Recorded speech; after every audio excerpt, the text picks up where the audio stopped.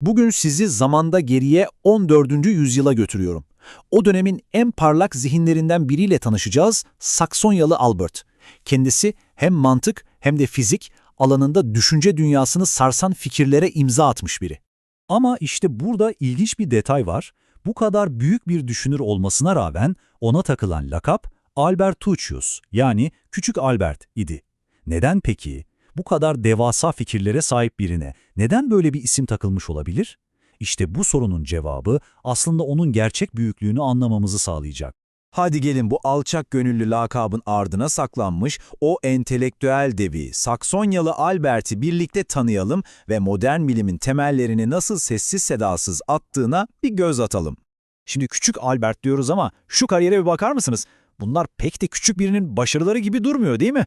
Paris gibi bir entelektüel merkezde rektörlük yapmak, Viyana Üniversitesi gibi önemli bir kurumu sıfırdan kurup ilk rektörü olmak, bunlar Albert'in aslında ne kadar etkili ve büyük bir figür olduğunun en net kanıtı. Peki, Albert'i bu kadar özel kılan neydi? Gelin önce mantık bilimine yaptığı inanılmaz katkılarla başlayalım. Özellikle de Orta Çağ'da mantıkçıların adeta beynini yakan bir sorunla yakından ilgilenmişti. Bu sorunun adı insolubilia, yani çözülemezler idi. Hani bazen duyduğunuzda aklınızı allak bullak eden, kendi içinde çelişen cümleler olur ya, işte tam olarak onlardan bahsediyoruz. Adeta birer mantık tuzağı gibiler. Ne gibi mi? İşte size en klasik örnek, yalancı paradoksu. Şimdi bu cümleyi bir düşünelim. Eğer bu cümle doğruysa, o zaman söylediği şeyin, yani yanlış olduğunun doğru olması gerekiyor. Bu bir çelişki. Peki ya cümle yanlışsa? O zaman söylediğim şey yanlıştır ifadesi yanlış olur, bu da cümlenin aslında doğru olduğu anlamına gelir. Gördünüz mü? Yine bir çelişki. Tam bir kısır döngü. İşte Saksonyalı Albert'in dehası tam da bu noktada devreye giriyor. Bu karmaşık paradoksu o kadar basit ve zarif bir kuralla çözüyor ki, diyor ki, eğer bir önerme yapısı gereği hem doğru hem de yanlış olduğunu iddia ediyorsa, hiç kafa yormaya gerek yok, o önerme baştan sona yanlıştır. Kısacası bu mantık oyununu kurallarına göre oynamayan bir cümleyi direkt diskalifiye ediyor ve bu mantıksal düğümü tek bir hamleyle kesip atıyor. Mantık alanındaki bu keskin zekasını gördük. Şimdi de Albert'in doğa felsefesine, yani bugünkü adıyla fiziğe yaptığı katkılara geçelim. Çünkü bu alan onun düşüncelerinin modern bilime giden yolda ne kadar önemli bir köşe taşı olduğunu bize gösterecek. Albert, o dönemde devrimci sayılan impetus teorisini benimsemiş ve geliştirmişti. Peki neydi bu impetus? Şöyle düşünün.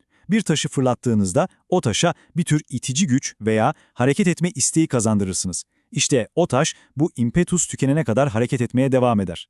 Bu fikir Aristoteles'in hareket eden her şeyin sürekli itilmesi gerekir anlayışından çok büyük bir kopuştu. Albert bu impetus teorisini alıp fırlatılan bir cismin, mesela bir top güllesinin hareketini açıklamak için kullandı ve ortaya o dönem için gerçekten inanılmaz derecede gelişmiş bir model koydu.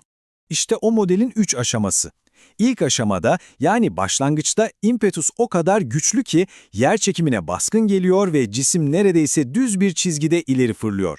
İkinci aşamada işler değişiyor. İmpetus zayıflarken yer çekimi devreye giriyor ve o bildiğimiz kavisli yörünge ortaya çıkıyor. Ve son aşama, yani dikey hareket. Artık impetus tamamen tükenmiş, yer çekimi oyunu kazanmış ve cisim dosdoğru yere düşüyor. Basit gibi görünüyor, değil mi? Ama bu teori Galileo ve Newton gibi devlerin çalışmalarına giden yolun temelini atmıştı.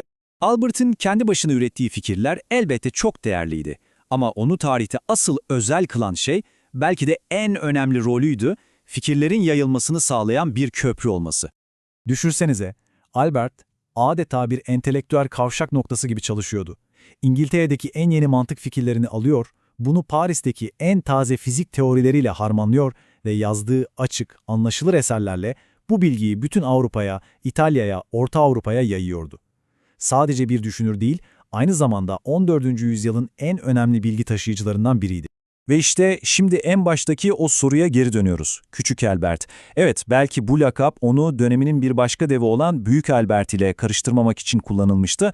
Ama mirasına baktığımızda görüyoruz ki o aslında fikirlerin tek bir yerde sıkışıp kalmasını engelleyen, bilginin akmasını sağlayan devasa bir köprüydü. Özetlemek gerekirse, Saksonyalı Albert'in mirası neydi? 1. Mantıkta çözülemez denilen sorunlara akılcı çözümler getirdi. 2. Fizikte kendisinden sonraki yüzyıllara ışık tutacak bir hareket teorisi geliştirdi. Ve belki de en önemlisi 3, bilginin akışını sağlayarak kendisinden sonraki nesillerin omuzlarında yükseleceği bir zemin hazırladı. Ve bu bölümü aklımızda bir soruyla bitirelim.